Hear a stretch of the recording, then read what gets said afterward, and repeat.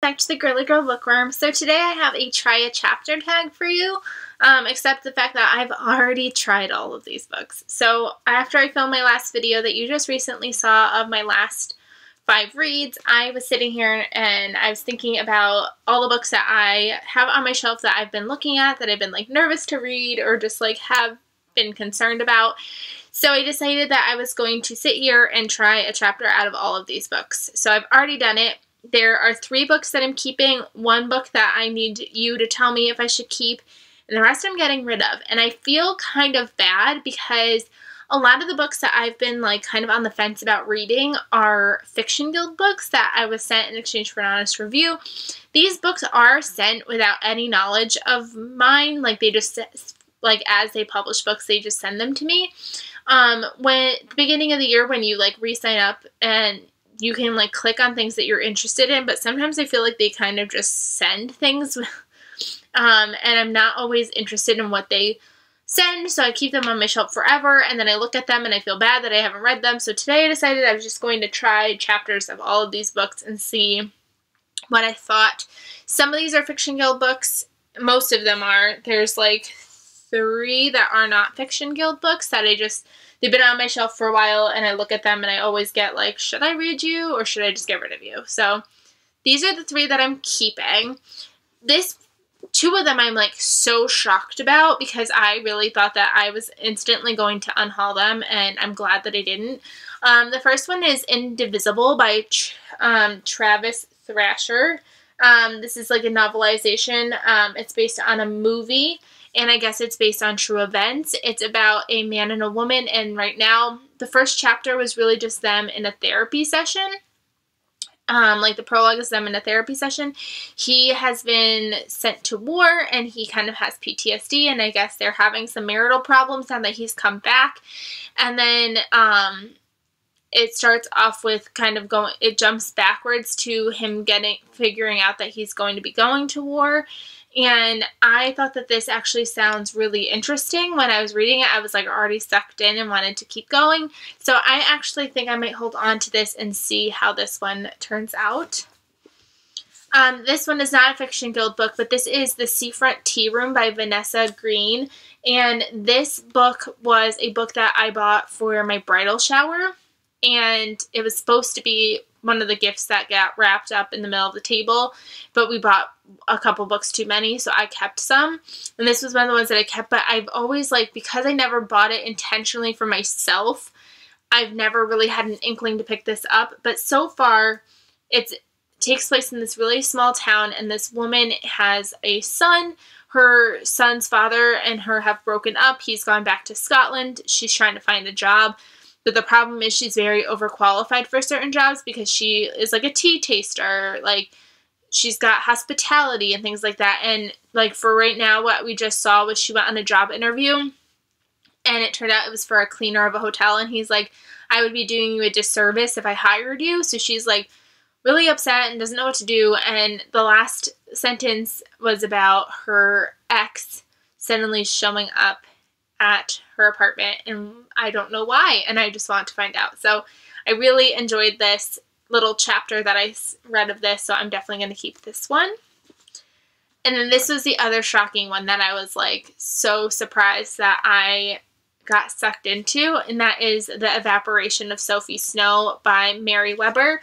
I have the first and second book in the series. I don't know if it's just a duology, if there's more, but they've only sent me 2, so I don't know if it's more than that at this point. But this was really interesting, and it sounds like there's kind of like this set in the future, and it sounds like they're either like in this video game or they're competing in this thing, and Sophie is like a really good like hacker.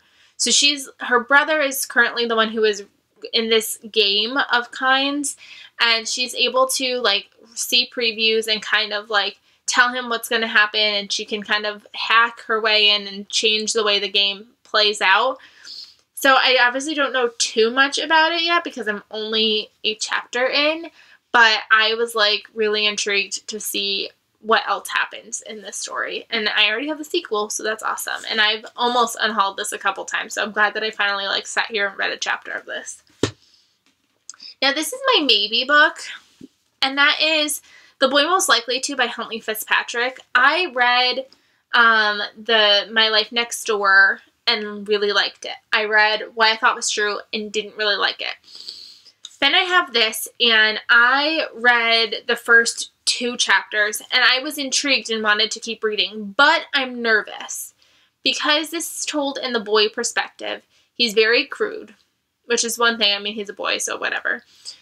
But he's also a recovering alcoholic, drug addict by the sounds of it, and, like, sex addict. So, like, I'm nervous to continue. I know I've seen, who was it? Julie from Pages and Pens hate this book. And the things that she listed as problems, I feel like will be a problem for me. But when I was reading it, I was, like, sucked in and wanted to keep reading because it's just an easy-to-read book. So it's up to you guys. Should I keep this or should I get rid of this? Because I don't know. I don't know. This is my maybe. And then, unfortunately, these are all the ones that are going away. Oh, where'd the lighting go? There we go. So, I have Ascension of Larks by Rachel Linden. I thought I was actually going to like this book.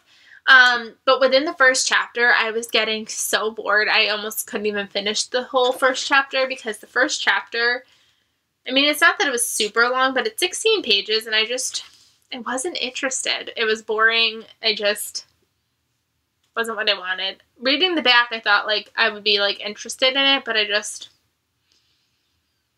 wasn't into it. These 2, I don't know. I've toyed with these. This is the Noble Servant and The Orphan's Wish, both by Melanie Dickerson, and they're retellings. This is about it's a retelling of Goose Girl, and this is a retelling of Aladdin, but it's also Christian fiction. And I actually, like, read the first chapter of Aladdin, and I was, like, it wasn't doing it for me. And then when I tried to read the first chapter of this, like, I got into a few pages, and I was like, I'm not interested in this, and just, like, put it away. So I unfortunately don't want these. Becoming Mrs. Lewis by Patty Callahan.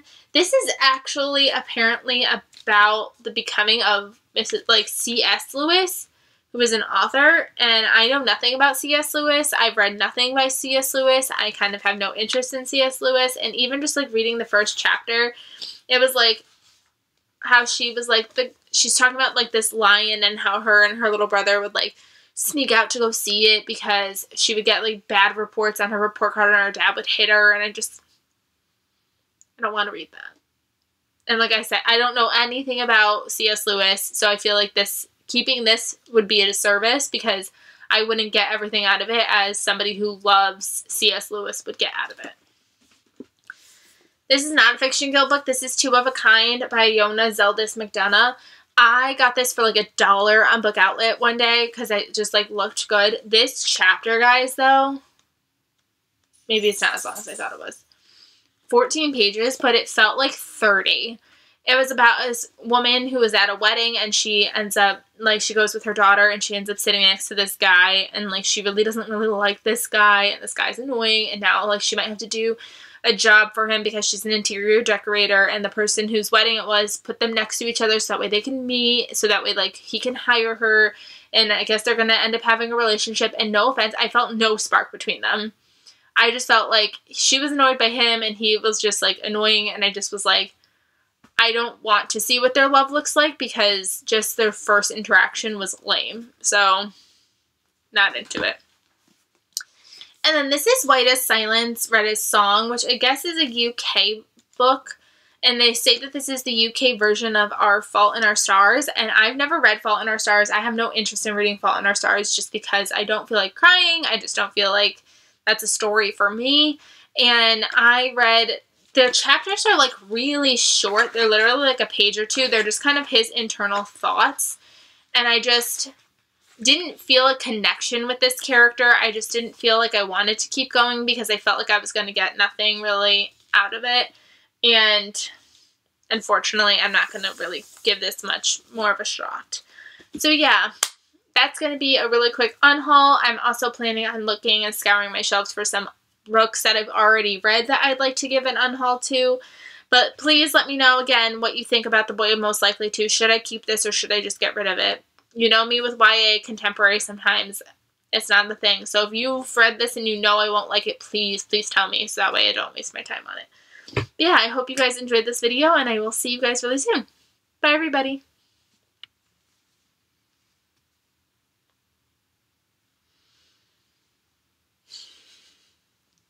Are you sleeping?